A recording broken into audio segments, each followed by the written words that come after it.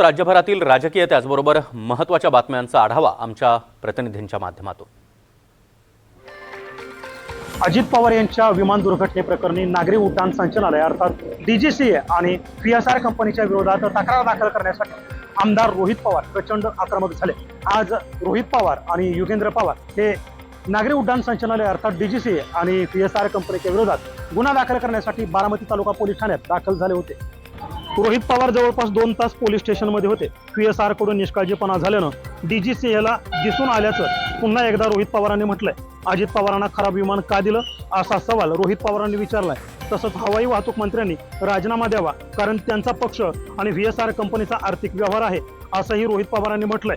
बुधवारी marine drive police ठाण्यात रोहित पवारांची पोलिसांसोबत बाचाबाची झाली होती, तर आज देखील बारामती पोलीस ठाण्यात रोहित पवारांची तक्रार घेतली, पण त्यांनी गुन्हा नोंद करून घेण्यास नकार दिला असल्याची सूत्रांची माहिती आहे। दुसरीकडे मरीन ड्राईव्ह पोलिसांनी रोहित पवार यांना पत्र देत या प्रकरणाचा तपास SIT करत असल्यानं त्यांचा तक्रारी अर्ज पुढे वर्ग केल्याची माहिती दिली आहे। त्यामुळे FIR बाबत रोहित पवार पुढे काय करणार हेच पाहायचं आहे। अजित पवारांच्या विमान अपघाताची चौकशी सर्व स्तरातून व्हावी अशी मागणी आता जोर धरू लागेल। आमदार रोहित पवारांनी या चौकशीसाठी आता आक्रमक पवित्रा घेतल्याचं पाहायला मिळतंय। त्यांनी पीएसआर कंपनीवरती गुन्हा दाखल करावा अशी सुद्धा मागणी केली।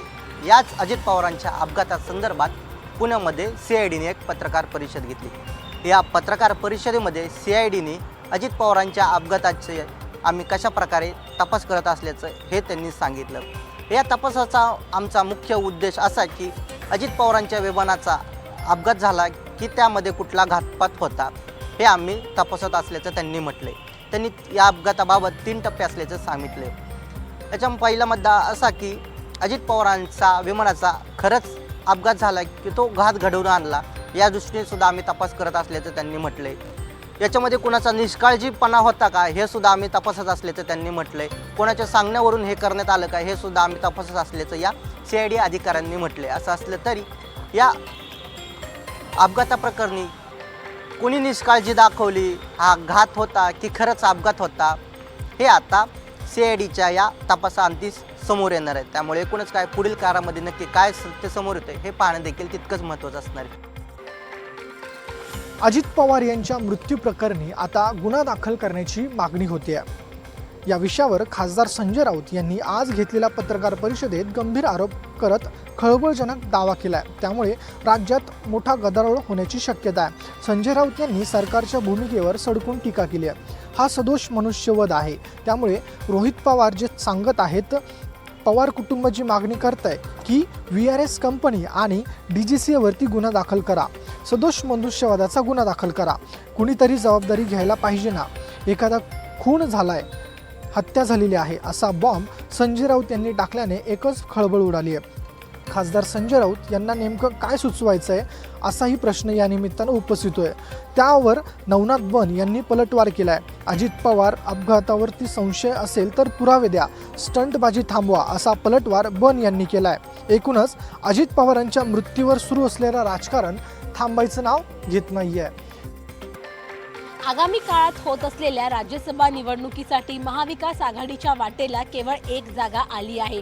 मात्र त्या एका जागेसाठी देखील विरोधकांमध्ये रस्सीखेच पाहायला मिळत आहे। राज्यसभेच्या या एका जागेबाबत मवियामधील तिन्ही घटक पक्षाची गुरुवारी सकाळी बैठक पार पडली। त्यानंतर काँग्रेस आणि राष्ट्रवादी शरदचंद्र पवार पक्षाच्या नेत्यांमध्ये महत्त्वाची बैठक पार पडली। या बैठकीत दोन्ही पक्षांनी राज्यसभेच्या जागेवर दावा सांगितला आहे। त्यामुळे महाविकास आघाडीत पेच निर्माण झाल्याचे चित्र दिसत आहे। दोन्ही पक्ष आपापल्या जागांसाठी अडून बसले आहेत। यावर अद्याप कोणताही अंतिम तोडगा निघालेला नाही। या बैठकीवेळी दोन्ही पक्ष राज्यसभेच्या एकमेव जागांसाठी अडून बसले असले तरी यावर अद्याप कोणताही अंतिम तोडगा निघालेला नाही।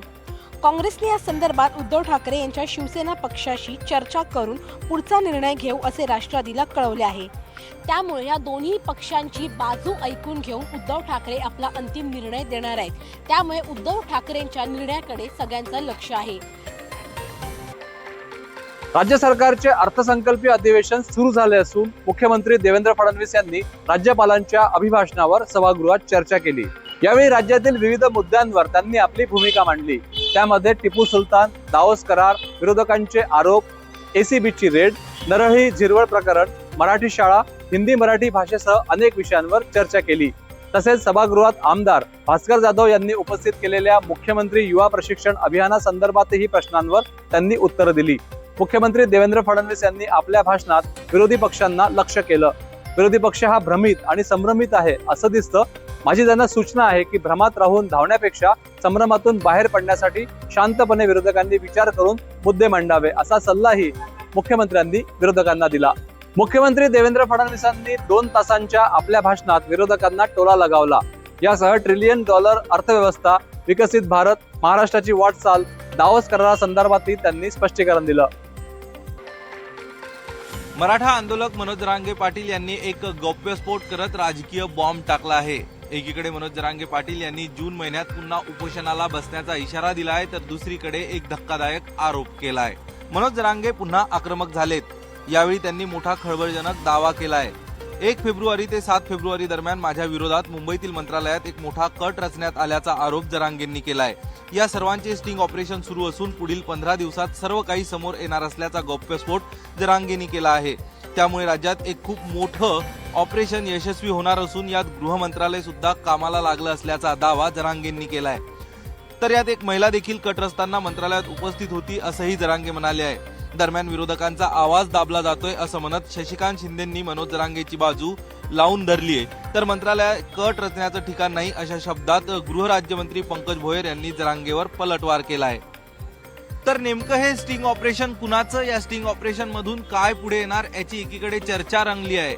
मनोज जरांगे यांनी हिंगोलीच्या कामठा गावातील भाषणादरम्यान हा खुलासा केलाय.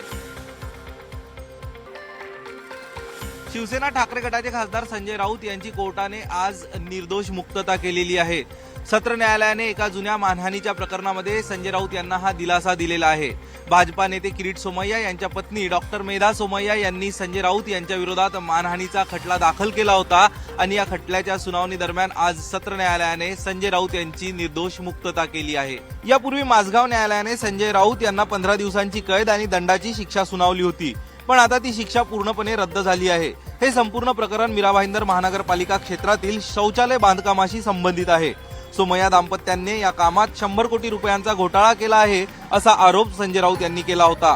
या आरोपांमुळे आपली आणि आपल्या संस्थेची सामाजिक प्रतिष्ठा मलिन झाली आहे असा दावा डॉक्टर मेधा सोमय्या यांनी केला होता. गेल्या अनेक दिवसांपासून सत्र न्यायालयात यावर अंतिम युक्तिवाद सुरू होता. अखेर सत्र न्यायालयाने दोन्ही बाजूंचे म्हणणे ऐकून घेतल्यानंतर माझगाव कोर्टाचा निकाल बाजूला सारत संजय राऊत यांची निर्दोष मुक्तता केली. यावेळी न्यायालयाबाहेर एक विशेष दृश्य बघायला मिळाले. निर्दोष मुक्तता झाल्यावर संजय राऊत यांनी मेधा सोमय्या यांना दोन्ही हात जोडले आणि ते त्या ठिकाणावरनं निघून गेले. आता लवकरच या विषयावर संजय राऊत सविस्तर पत्रकार घेणार असल्याचं कळतंय. राष्ट्रवादी काँग्रेस पक्षाच्या संघटनात्मक रचनेत मोठे फेरबदल करण्यात आलेत. सुनेत्रा पवार यांच्याकडे आता राष्ट्रीय अध्यक्षपदाची धुरा सोपवण्यात आली आहे.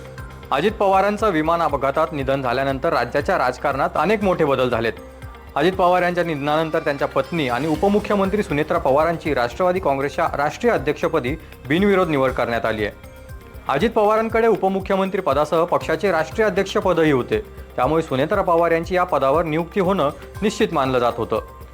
आज वरळी डोम येथे राष्ट्रवादीच्या राष्ट्रीय कार्यकारिणीची बैठक पार पडली आणि त्यावेळी कार्यकारी अध्यक्ष प्रफुल्ल पटेल यांनी सुनेत्रा पवार यांच्या नावाचा प्रस्ताव मांडला. त्याला सर्व सदस्यांनी हात उंचावून पाठिंबाही दिला. यानंतर सुनेत्रा पवार यांची राष्ट्रीय अध्यक्षपदी एकमताने निवड झाल्याचं प्रफुल्ल पटेल यांनी जाहीर केलं. दरम्यान राष्ट्रीय अध्यक्षपदी निवड झाल्यानंतर आपल्या भावना व्यक्त करताना सुनेत्रा पवारांचा कंठ काहीसा दाटून आल्याचंही यावेळी पाहायला मिळालं. राष्ट्रवादी काँग्रेस पक्ष हे माझं कुटुंब आहे आणि समाजातील कुठल्याही घटकाला मी वाऱ्यावर सोडणार नाही असं म्हणत सगळ्याच कार्यकर्त्यांसाठी आणि समाजासाठी काम करणार असल्याचं सुनेत्रा पवारांनी स्पष्ट केलंय.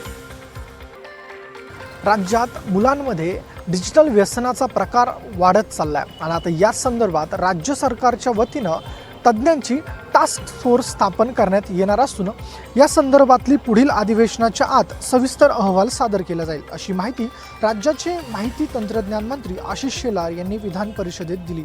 राज्यात 18 वर्षाखालील सुमारे 4 कोटी मुले असून त्यापैकी जवळपास 3 कोटी मुले ही 15 वर्षाखालील आहेत. त्यामुळे डिजिटल व्यसन हा केवळ वैयक्तिक नव्हे तर सार्वजनिक आरोग्याचा गंभीर मुद्दा बनला आहे.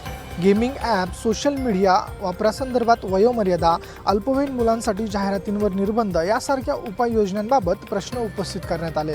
विधान परिषद सदस्य निरंजन डावखोरे आणि संजय केनेकर यांनी लक्षवेधीद्वारे हा विषय उपस्थित केला. चर्चेत प्रवीण दरेकर, चित्रा वाघ, भाई जगताप आणि उमा खापरे यांचा सहभाग होता. या विषयाची व्यापकता लक्षात घेता दोन्ही सभागृहांच्या सदस्यांनी संयुक्त समिती स्थापन केली जाणार आहे. पालकांसाठी डिजिटल लिटरसी आणि मुलांसाठी डिजिटल डाएट यावर जनजागृती करण्याचं आवाहनही या निमित्तानं करण्यात येत आहे.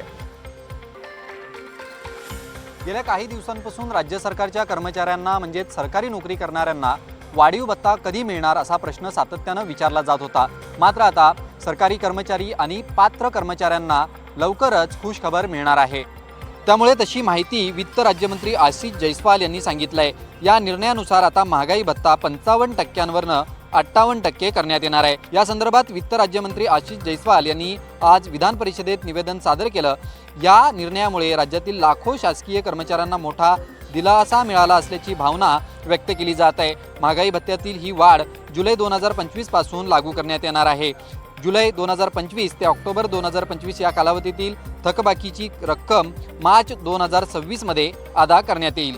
राज्य सरकारच्या या निर्णयामुळे राज्यातील सरकारी कर्मचाऱ्यांना मोठा फायदा होणार आहे. बदलापूर शहरात 21 फरवरीला गरीब महिलांना पैशाचा आमिष दाखवून स्त्री वीज विक्री प्रकरण उघडकीस आला होता. या प्रकरणात अनेक जणांना अटक करण्यात आली आहे. बदलापूर शहरात उघडकीस आलेल्या स्त्री वीज विक्री प्रकरणात ची दखल राज्य महिला आयोगाने घेतली आहे. राज्य महिला आयोगाच्या अध्यक्षा रुपाली चाकरकर यांनी बदलापूर पोलीस ठाण्याला भेट दिली. या संदर्भातला आढावा घेतला.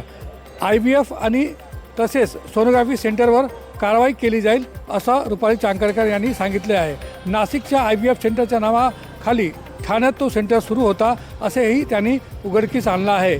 या प्रकरणात 5 जणांना अटक करण्यात आली आहे. अटक करण्यात आले 5ही आरोपी बोगस कागदपत्राच्या सहाय्याने हे रॅकेट चालवत होते. हा रॅकेट फक्त बदलापूर आणि ठाणे नाही संपूर्ण राज्यात पसरला असल्याची माहिती समोर आली आहे. या रॅकेटच्या मध्ये नवे मासे कोण अटक होतात किंवा नवा कोणता वरण येतो हे पाहणे महत्त्वाचं ठरणार आहे. बुलढाणा जिल्ह्यात अनेक ठिकाणी मर्यादा संपल्याचं सांगत शासकीय हमीभाव केंद्रावर तूर आणि मक्याची खरेदी बंद करण्यात आली आहे.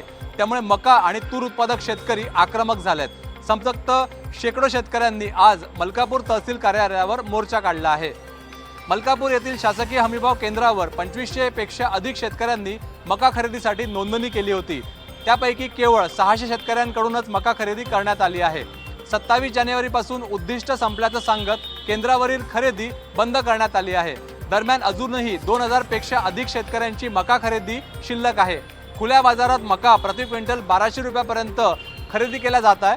ज्यामध्ये शेतकऱ्यांचं मोठ्या प्रमाणामध्ये शोषण आर्थिक पद्धतीनं केलं जात आहे. त्यामुळे हे शासकीय हमीभाव केंद्र तात्काळ सुरू करून 40,000 क्विंटलचं उद्दिष्ट देण्यात यावं अशी मागणी यावेळी शेतकऱ्यांकडून करण्यात आली आहे. येत्या आठवड्याभरात खरेदी केंद्र सुरू न झाल्यास तीव्र आंदोलनाचा इशाराही शेतकऱ्यांनी दिला आहे. गेल्या 4 दिवसापासून कांदा आणि मक्याला हमीभाव मिळावा या मागणीसाठी चांदवडच्या कृषी उत्पन्न बाजार समितीमध्ये शेतकऱ्यांचे आमरण उपोषण सुरू होते. शासनाचे लक्ष वेधण्यासाठी आज शेतकऱ्यांनी मुंबई आग्रा राष्ट्रीय महामार्गावर रस्ता रोको करत तीव्र आंदोलन केले. अखेर आमरण उपोषण शेतकऱ्यांनी मागे घेतले. यावेळी शासनाचे प्रतिनिधी म्हणून शालेय शिक्षण मंत्री दादा भुसे यांनी उपोषणस्थळी भेट दिली. आंदोलनकर्त्यांशी चर्चा केली. येत्या 4 दिवसाच्या आत मुख्यमंत्री आणि उपमुख्यमंत्री यांच्याशी उपोषणकर्त्यांची भेट घालून देण्याची ग्वाही देत त्यांनी उपोषण मागे घेण्याचे आवाहन केले. दरम्यान दादा भुसे यांच्या आश्वासनानंतर आंदोलनकर्त्यांनी उपोषण मागे घेतले.